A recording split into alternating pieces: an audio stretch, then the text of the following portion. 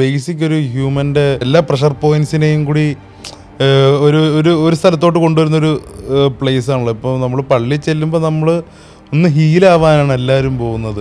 അപ്പോൾ ഈ ഹീലാവുന്നത് ജസ്റ്റ് നമ്മൾ ആ പ്രാർത്ഥനയോടെ മാത്രമായിരിക്കില്ല. ആ ആംബിയൻസ്, കാറ്റ് വരുന്ന പോകുന്ന വഴി, വെട്ടം വരുന്ന പോകുന്ന വഴി, അപ്പം ഇതൊക്കെ നമ്മളെ ശരിക്കും പറഞ്ഞ ദേവാലയങ്ങളുടെ ഉള്ളിൽ നമ്മൾ ചെല്ലുമ്പോൾ ആ ആരാധനയിൽ നമ്മൾ സാധാരണ വീട് പോലല്ല ദേവാലയം.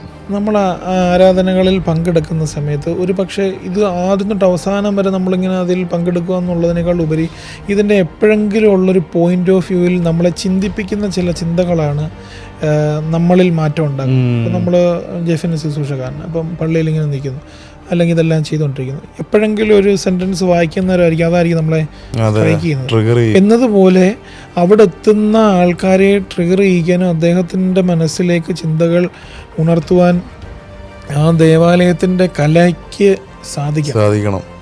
നമ്മൾ വെറുതെ ഇങ്ങനെ എന്തെങ്കിലും ചെയ്ത് വെച്ചിട്ട് കുറേ ഡിസൈനുകൾ നമ്മൾ, കാരണം ഇപ്പോൾ ഒരു പള്ളിയിലൊക്കെ വന്ന് നിൽക്കുമ്പോൾ ആൾക്കാർ എല്ലാ ഫോൺ ഡിക്ടോക്സ് ആണ്, എല്ലാം ഒന്നുമില്ല. അപ്പൊ അവര് നോക്കി കാണുന്നതൊക്കെ ഇതൊക്കെയാണ്.